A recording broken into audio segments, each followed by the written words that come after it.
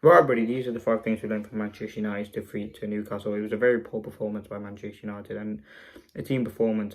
We just don't nowhere near good enough. One step forward, 2 steps back. 2 win game streak, and we somehow lose it. But let's get straight into it. Listen, the first thing, Amorim got it wrong today. Listen, we all praise Amorim when it goes right.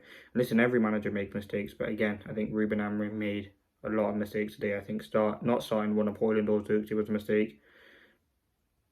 Yes, we didn't win the game, and they wouldn't have changed it different if they did. But there were some moments where I thought having a striker on the pitch would have massively helped Manchester United, and not having one on there, I think, did cost us at this moment. I think you look at what we need from Ruben Amorim at the moment. He's still learning his players. Look, he's tried Manu in the false nine against Palace.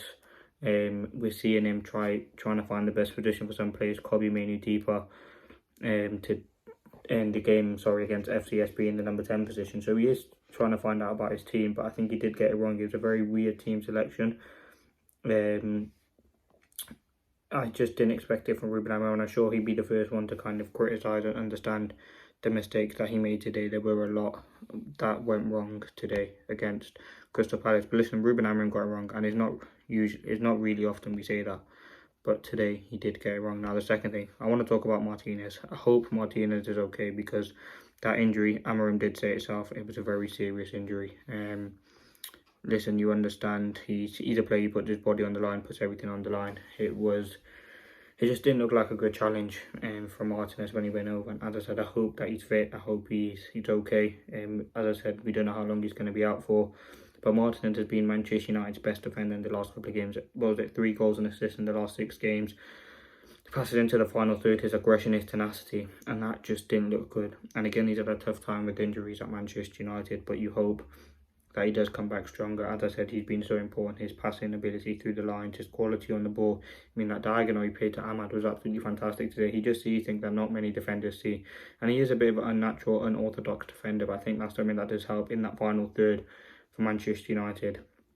We're going to truly miss him. And for the balance as well, left side is centre-back. You maybe could see Eden Heaven now. He's obviously being promoted to the first team. Maybe get a few more opportunities for Manchester United. But listen, it is very interesting. As I said, I hope Martinez has a good and a nice recovery, because we're going to need these sorts of players. And the centre-back, we're looking quite slim. Maybe this gives us the opportunity to maybe have Mazraoui and other players in there. But yeah, let's see what happens. But that's the second thing. I'm hoping Martinez is okay. Number 3, let's talk about the goals we conceded. Listen, Palace did have quite a few chances. I mean, they didn't have a corner in a game, but they did have chances to score. And I think Martinez and the defence, Onana made some decent saves. And they had that one where I think it was Mitchell who put the cross in. I think it was Ismail Assar got on it before Mateta. Mateta had a few chances as well. Like, listen, we did concede a lot of chances, but the goals that we conceded were very sloppy. It was a set-piece goal again. People are talking about Onana doing better. It's just a simple cross put into the box by Eze, headers on by Lacroix, and ultimately Mateta, just a striker's instinct. No one really around him to get rid of the ball, and that was ultimately the most disappointing part. So yeah, that was very, very frustrating. It was a very sloppy goal to concede. And listen, United have conceded sloppy goals in the last few games, whether that's mistakes against Forest, whether that's sloppy goals conceded against Brighton. We are very prone to doing that, and I don't think it was the second goal was just no cohesion between the back line. Yoro's gone to play the high line, Maguire step back, and when you don't have cohesion, you obviously the line, there's confusion, and you ultimately do concede goals, and that's something that did happen today with Yoro and Maguire. And listen, they're still learning. Obviously, they haven't really played, but these are just simple mistakes that you don't really want to see happen anymore. So that's the third thing we learned. Number 4, Dorgu is needed now. Listen, he's still a young player, and he will take time to develop. But what I've seen from Delo today was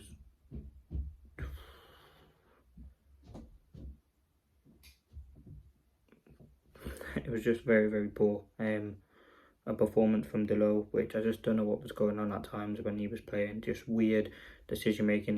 He had a simple pass into Main, who just didn't even look where he was passing it. We do definitely need a left wing back, and yes, you have to understand Dorgu is young. He's an up and coming talented player. But again, it was a performance from Delo which just made us need a left wing back. I think on the right hand side as well, we need someone, whether that's getting Quenda in the summer. I think he's got all the qualities to be a player there, but you can see that wing back was missing. The AMORIM system is at 3-4-3. The wing backs are very needed. They need to be good 1v1, and they need to be able to attack. So listen, you got unveiled. in the game, or before the game rather. He should be in the squad to play Leicester on the weekend. Leicester on Friday, sorry, and hopefully he will get some minutes to kind of show what he can really do for Manchester United. Because listen, he's still a raw talent, but what you can hope is he should be better than what Delo's offering out there. Yes, he's going to make mistakes. He is 20, but the positive signings are there with someone like Patrick Dorgan. Now the fifth and final thing we learned, set pieces again. Listen, I know we didn't concede a corner, but somehow Palace found a way to score from a set piece.